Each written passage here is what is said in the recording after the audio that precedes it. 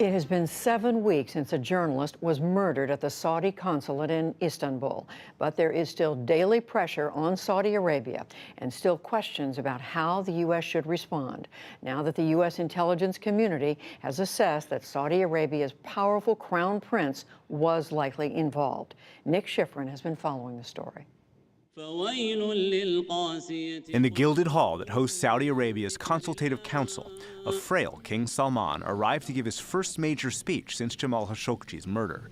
And he stood by his son, Crown Prince Mohammed bin Salman, by presenting the kingdom as committed to religious justice. The kingdom was founded on the Islamic system and takes pride in the efforts of the judiciary and the public prosecution to guide the nation and shoulder its responsibilities. But the kingdom is shouldering heavy pressure today after Europe banned 18 Saudi nationals connected to the murder, and the CIA assessed that Salman likely ordered Khashoggi's murder, as first reported by the Washington Post. California Democrat Adam Schiff is the incoming House Intelligence Committee chairman. It's very difficult for me to conceive of a murder of a prominent journalist and critic being carried out without the Crown Prince's knowledge. Bipartisan senators are proposing a bill that would suspend offensive weapon sales to Saudi Arabia and sanction Saudis connected to the war in Yemen and Khashoggi's death.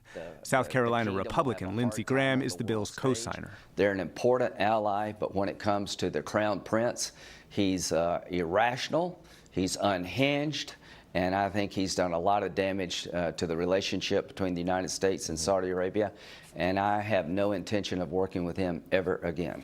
But the administration has made the Crown Prince the center of its Middle East policy to reduce radicalism from a hub in Riyadh, confront Iran and its use of proxies like Hezbollah, and support a Middle East peace plan. Do you just live with it because you need him? On Fox News Sunday, President Trump suggested the pressure on the kingdom should only go so far. You saw we put on very heavy sanctions, massive sanctions on a large group of people from Saudi Arabia. But at the same time, we do have an ally, and I want to stick with an ally that in many ways has been very good. As a real estate developer, Donald Trump had many Saudi customers, as he mentioned on the campaign trail. Saudi Arabia, and I get along great with all of them. They buy apartments from me, they spend $40 million, $50 million. But Mr. Trump is not the first president to stand arm in arm with the kingdom. President Bush met Crown Prince Abdullah 6 months after 15 Saudis participated in 9/11. A strategy by some would be to split the United States and Saudi Arabia. It's a strong, important friendship, and he knows that, and I know that, and we're not going to let that happen. In 2009, President Obama welcomed King Salman. The fact that he has chosen to take this first visit to the United States is indicative of the long-standing friendship between the United States and Saudi Arabia. We have worked in close partnership with the Saudis for a long time.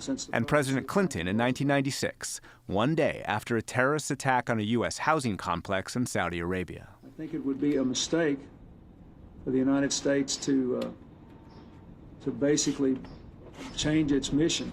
When it comes to Khashoggi, the Saudis have changed their story multiple times, but insist Mohammed bin Salman knew nothing. Did MBS lie to you, sir?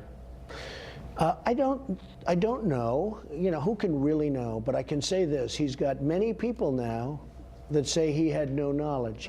That isn't the first time President Trump expressed faith in a foreign leader's denial and skepticism in a U.S. intelligence assessment. We have the tape. But where the president agrees with his intelligence community, Khashoggi's murder was caught on tape and was brutal.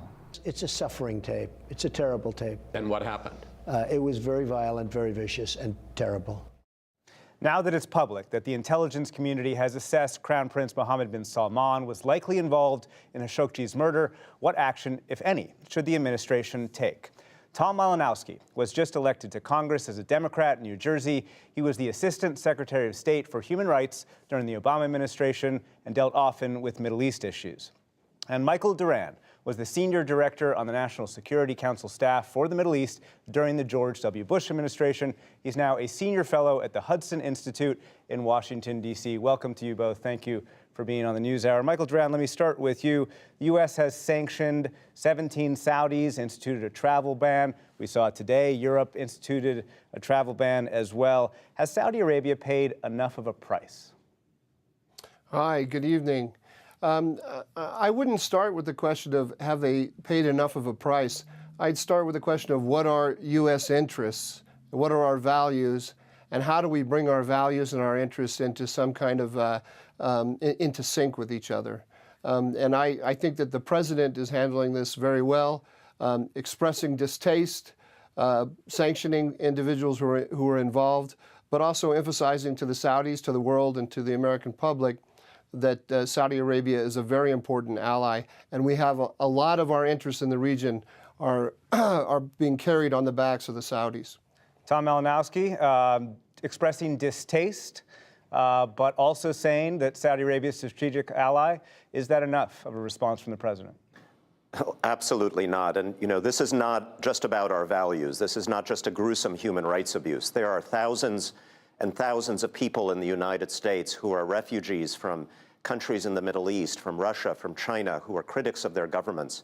If a dictatorship can reach across its borders and murder somebody in the way that the Saudi government did in this case and get away with it, we're going to be living in a very different world, in a much more unfriendly world. It's extremely important from the standpoint of our interests that we take a very strong stand, that we hold those responsible accountable, and that we separate our relationship with Saudi Arabia from our relationship with this extremely volatile and destructive young man who is campaigning to be the leader of this country for the next 50 years. So, Michael Doran, what about that? As you know well, there are mechanisms that the U.S. Congress have, Magnitsky sanctions, to target MBS, to target Mohammed bin Salman without affecting the larger military and intelligence relationship. So is that kind of targeting response appropriate?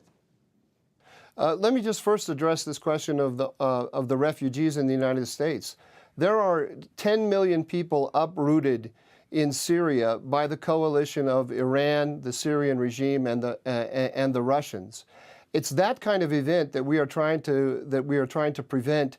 We're trying to stabilize the Middle East so that we don't have millions of refugees, and we're trying to. And the Saudis are very important partners in that effort. So to completely throw away our strategy to stabilize the region in order to take action against the leader of Saudi Arabia makes no sense to me. It makes no sense to me strategically.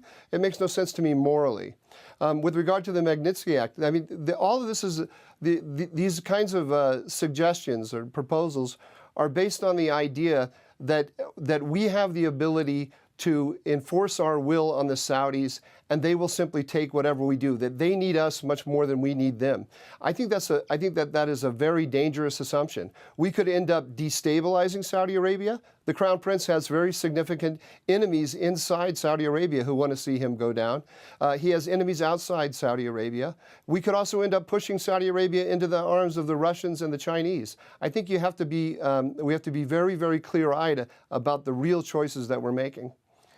Tom Malinowski, is that a threat? By being clear-eyed, as Michael Doran just said, are you missing the strategic implications? Saudi, of course, administration wants them to help with Iran, wants them to help with Yemen, the Middle East peace plan, and countering violent extremism.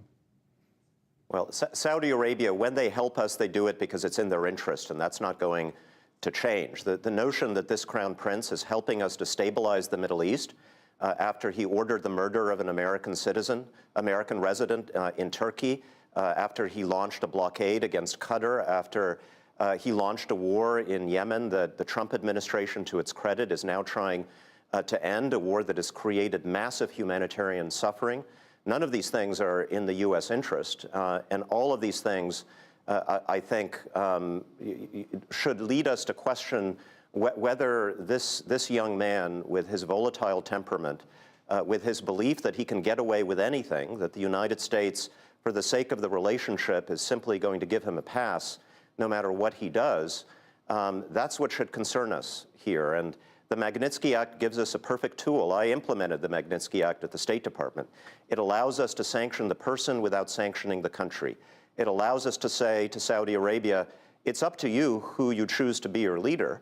But should you choose this young man to be your absolute leader for the next 50 years, well, he won't be able to travel to the United States or do business with us. And I would just add the notion that the Saudis can somehow replicate with Russia or China the relationship they have with us is absolute fantasy. The Saudi security is inextricably linked to its relationship with the United States military. That is not something that Russia or China can provide in the next 10, 20 years or ever. Michael Doran, very quickly in the time we have left, what about that argument that Saudi Arabia needs the U.S. effectively a lot more than the U.S. needs Saudi Arabia? I would think that if there's one thing that we have learned in the Middle East in the last decade, it's the law of unintended consequences.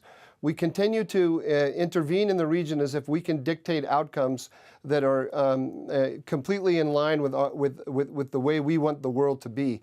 And I think that that's simply a mistake. We have made a decision as a country to take a step back from the region and to work with our allies to try to stabilize it. When you start summing up who's an ally and who's an enemy, there are only three major allies that we have, really, that can help us stabilize Iraq, Syria, Lebanon, Yemen, and that's Saudi Arabia, Turkey, and Israel.